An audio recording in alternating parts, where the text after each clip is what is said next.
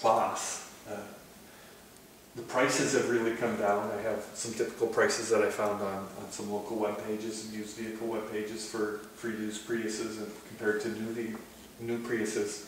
And then a very long list of current models of vehicle that have a hybrid option.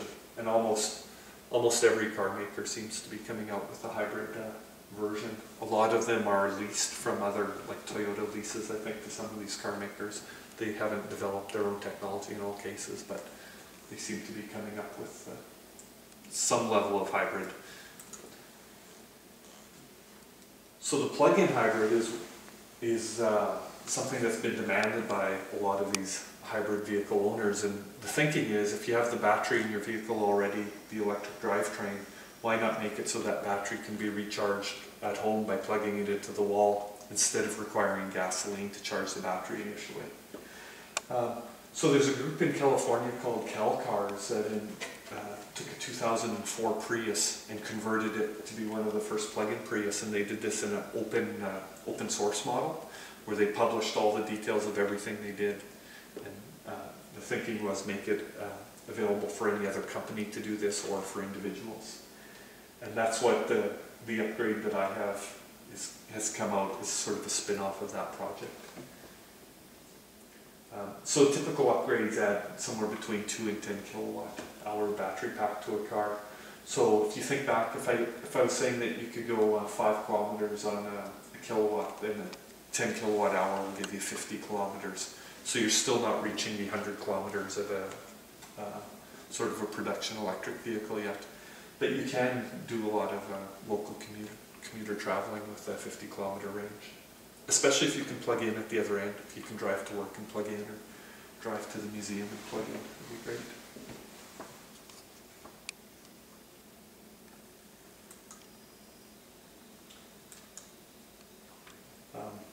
So what's coming? I have two stages of what's coming. One is sort of the evolution of the existing vehicles.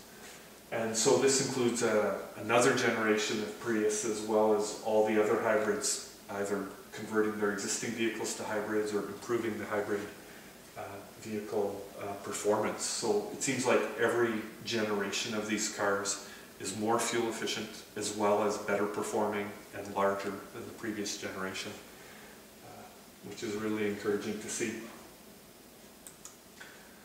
But the revolution, what's totally new, is these electric vehicles that are, they're not just improving the performance in something that already exists, but rather a whole new look. Totally electric vehicles require plug-in infrastructure and have a whole new set of performance and range associated with them. So I have the 4 most common ones that are talked about and available. The Tesla Roadster is actually available in 2009. So it's the first production modern electric vehicle in North America. And it's over $100,000. I think they sold over 2,000 of them or something like that. There's one in Winnipeg. I haven't seen any in Saskatoon. It has really good range, and I think it's 0 to 60 times 3.9 seconds. So it sort of really stood a lot of the car enthusiasts on their head, because they used to think of electric vehicles. Before these, they didn't really talk about them. There was something called neighborhood electric vehicles, which were modified golf carts. Couldn't go much faster than 50 kilometers an hour and had very poor performance, but these new versions of cars are really performing well. The Nissan Leaf is out in a number of jurisdictions in North America. I think you can get them in Ontario, but not yet in the prairies.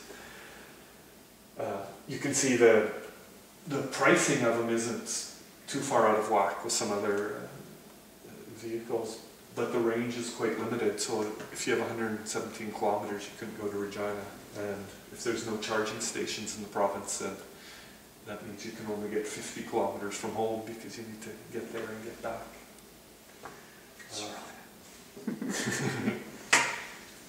And then a new type of plug-in hybrid, the Chevy Volt, whereas the previous hybrids used gasoline as their primary mode of energy. These new plug-in hybrids are intended to primarily use electricity until all the electricity is depleted, and then use the gas engine to extend your range. So it overcomes what they're calling range anxiety in the electric vehicles, so you'll never get stranded with the Chevy Volt, because you can go the full almost 500 kilometers on gas and then just refill at any regular gas station. So this is all sort of available today or within a year in Saskatchewan, although I haven't seen any of them on the roads here yet. So I have some pictures. The Nissan Leaf, this one's a car of the year in a lot of circles, sort of the first affordable production electric vehicle in North America. The Mitsubishi I isn't out yet in North America, but there's a smaller version that's been available in Europe for a little while. The Chevy Volt is highly touted as the North American solution, and a lot of people talk about it competing with the Nissan Leaf.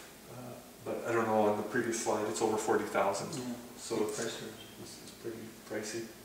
So that's sort of available today if you're in the right place, or you could probably import one into Saskatchewan if you can.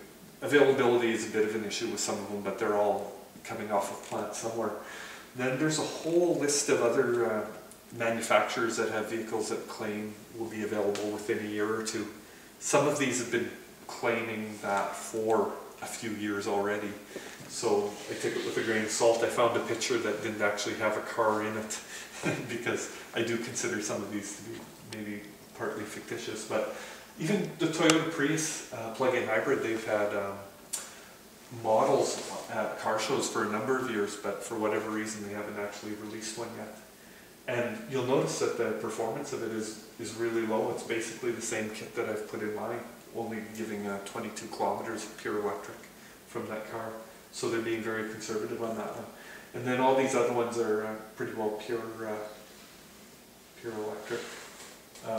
Tesla has a vehicle called the Model S that probably people wouldn't have given them a lot of credibility for if they didn't come out with that Roadster, which is actually performing, and there's a couple thousand of those ordered, and they're hoping to have them delivered next year.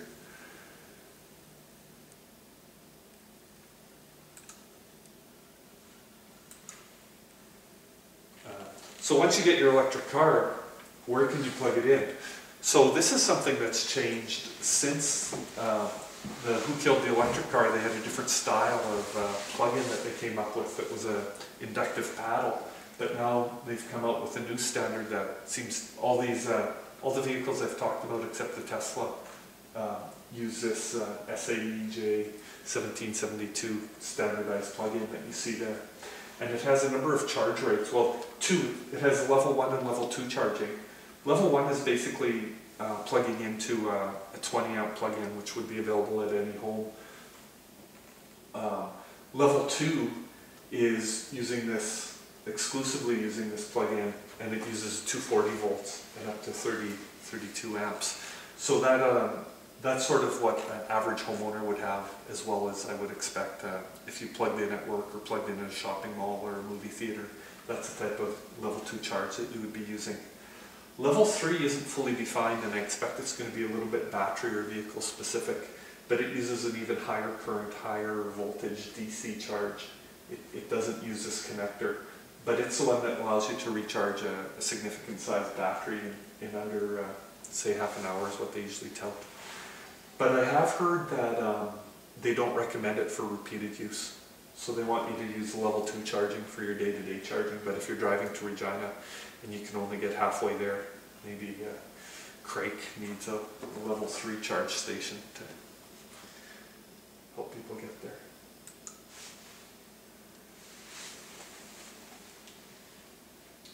So one thing that I'm really encouraged about for electric vehicles is that I'm thinking it's going to, if people are going to drive them, it's really going to slow them down. You won't be able to just get on the highway and go to Regina in 2 hours.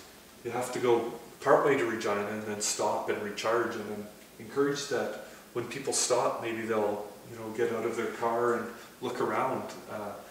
If they make it to Hanley, maybe they take in a movie or a restaurant in town or go to some of our parks along the way. Stuff like that, sort of enjoy the scenery that we have in the province. Sort of a slower paced way of travel, and also revitalize some of these smaller communities. Government or utility assistance would be good for establishing these initial public charge stations, and something I'd really like to see is that any upcoming charge stations be powered by green energy. So we take coal right out of the equation and use wind or PV to power all these electric vehicles. So I've just sort of been brainstorming some of these ideas of green highways or electric highways, and I really think the business opportunities for are really good for the museum here. Could have plug-ins, so if a family comes to the museum in an electric car, they can plug in their car, take in the museum, and then they're fully charged. They can go on the way when they're done. And one thing that will come of this, and it's already started in the States, is the rating of charge stations. There's a Google map that shows you where you can find them, and then I would anticipate there will also be sort of a classification of where the energy comes for the charge stations.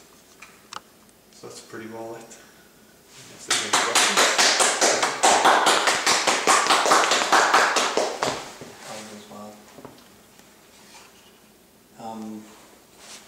You were talking before about the